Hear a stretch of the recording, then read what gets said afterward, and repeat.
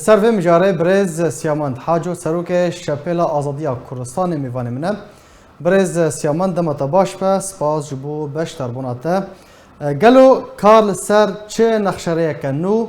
جه سوریه بگشتی را تیکرن براستی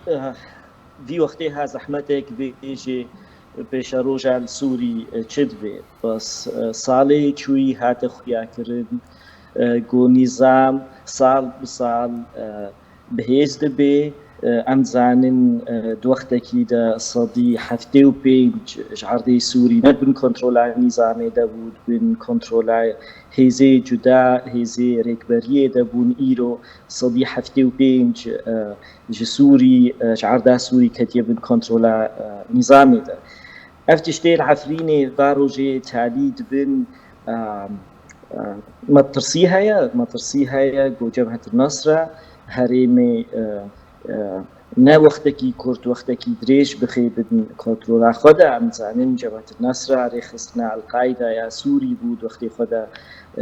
القاعدة دا مزران بو افري خصناها ريخصنا كتندروا هكا هرين براستي بكذي بن كنترول على روشوي هي خرابتر بي تفلو بهور يعمل روش برين هاجي قالكي خرابو ارامي نبو زيدتري 26 جروبين تكدار العفريني هبون جروبي ده سر ريكبريه دهاتنا حسيب بس تشتبون جروبي از بهارت که مش جبهة النصرة نبعش دربون بس مطرسيها يجو اف جبهة النصرة هكا بريخو ندي حلبي بريخو يعني بريس يومند اگر هيا النصرة بريخو حتى امبيجنس جرابلس يان سري كان يبدا متخصصوي بيج مطرسيها يا هكا جبهة النصرة بريخو ندي حلبي و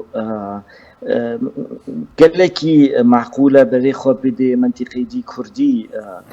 جبار امزانن تركي تفلو او جروبي ايرو سريكاني و عفريني بن كنترولا وادبو نيزيكي وابو نواقفا كربون قالك جوا جروبي جبيسو شاش جروبي ماني نظمان وصدي سانا رازي بون تركي جبر اراميل هريمين ابو و ادلب امزانن وقتكي دريج بن كنترولا جبهة النصرة داكي ماي اراميل ويدي هيا معقولة ترك ببينن باشترا جبهة النصرة هريمي بخي بن كنترولا خودا جوا جروبها وتالي جبهة النصرة و حاضر بيجيرب تركارك كاربكي وحتى حدكي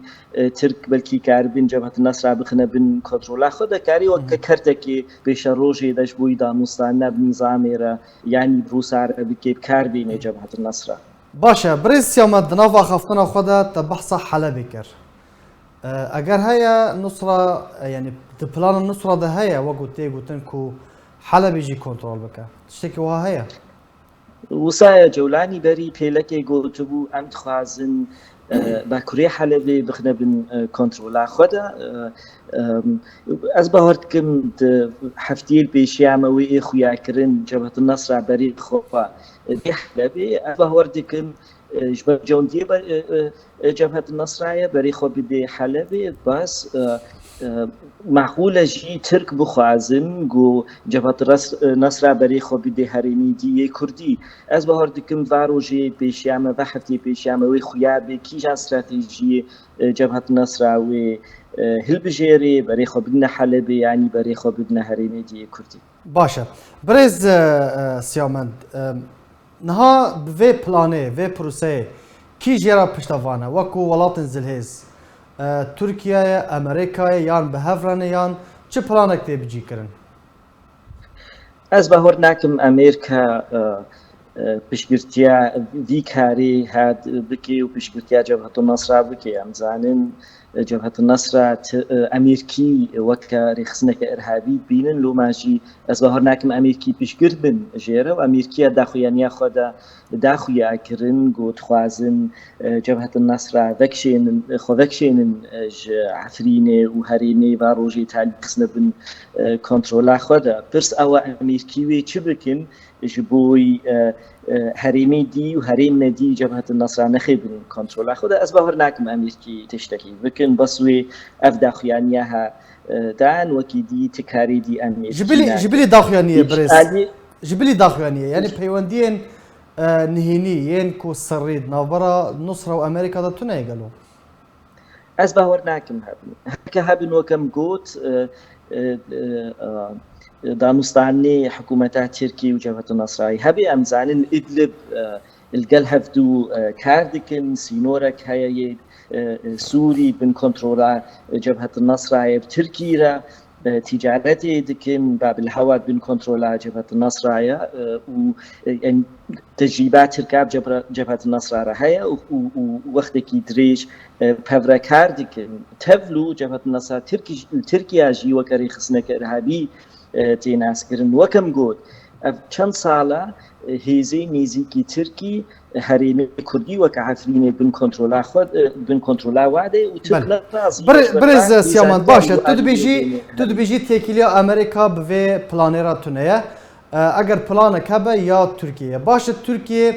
د پیشروج ده دخوازه چه بکه نها عفرین بگمان یعنی همی گشتک نکتیه دبن دست النصرة ده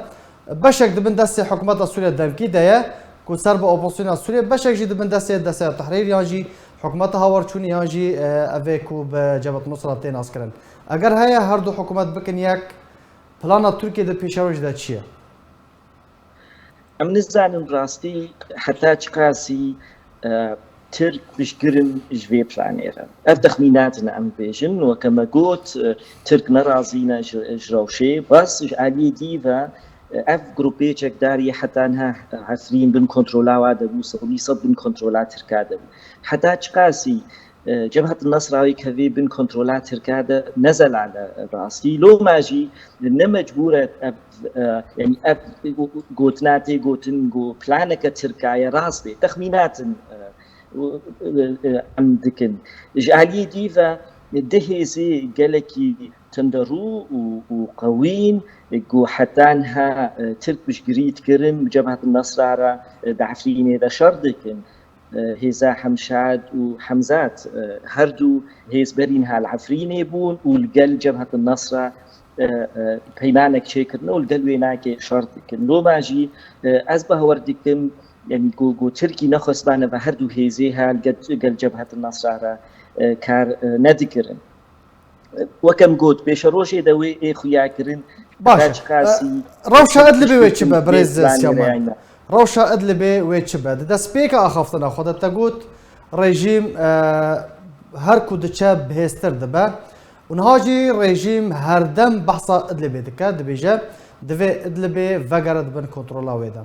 روشا ادلبي بهاتنا النصرة جبو عفريني وجبو نزيكي عزازي و روشا ادلبي ويتشبه اگر هيا اوبراسيون كلاشكري هاف باش نافرا روسيا ورجيم ده ورا انجام تفيكو خالي لشكريين تركيجي لباريزغا ادلبي هنا رجيم نبص بيجي ادلب دفي ديسا كذي بن كنترولا ويدا رجيم بيجي دفي هريمي ديجي ايرو نت بن كنترولا ايدا ديسا كذي بن كنترولا وي يعني بحسا عفريني قالك جارة رجيمي كريا أزبه ورناكم جو وكا كسن هاند بيجن وجبهة النصر دج إدلب قري وعفريني برافاجي وي بهور يعني جبهة النصر تشقى حريم بيحترب كبنا بندستي دي يوصا هيزبي وإدلب جيب هيزبي بس تشتكي دي هيا قالكي معقولة جو هكا جبهة النصر حريم ندي بخي بن كنترولا خدا عفري يعني عفرينها بيجا عفرين قشتي بيجا كتيا بن كنترولا ويدا هكا بري خدا حلبي روس شري جبهة النصر بكن يشاركي جران هم بري وبكن هنجي قالكي معقولة جبهة النصر تيك هري بس أزبه ورناكم أفبيت بهور يامدا جبهة النصر وبردوام محاولة بكي هريمي ديجي بخي بن كنترولا خو ومطرسيا من أوجو براسي بري خو بدي هريمي دي كردستانا سووري و هەکە ئەفکر هینگی ئەمزانن ئەف پلانەکە ترکا داخواز کردیە جەبهەت نەسرا بەرەی خۆ نەدنە حەلەبێ بەرەی خۆ ببنە هەرێمی کوردی. بله هرچند مهنه بحث کر مامۆستا سیامەند دیسازێ vê pirsê دووباره dikim ji ber ku gelek kes şurvekarên siyasî çavdêr dibînin ku yani bi piştevaniya Amerîkayê dixwazin colanî wekû bedîl ji rejima Esed re bidin diyarkirin û me dît ku li gorî daxwazên Amerîkayê cilû bergên xwe navê xwe hemî guhertin û her car rojnamavanên Amerîkî seredana colanî dikirin û li pêşiya çavê hemûyan digotin têkiliyên wan hebûn yani. Li ser vê yekê eger axaftinek de hebe. ئەم زانین گۆ جەبهەت نەسرا محاولەتکی ئیدلب خۆ بچێکی لێبەران بدێ خویاکردن نەهێزەکە ئیسلامی تند خۆ بدێ خویاکردن بەری پێلەکێ دێرەک هێشتن کاری خۆ بکێ ئیدلب بەس دیساژی ئەس بەهوەر ناکەن ئەمریکی بڕاستی لەگەڵ وا کار بکەن ژبەر خویایە بنگەها جبهة النصرة چیە بنگەها دەستەیە تحرير الشام بنگەها وێ چیە ئەڤدینە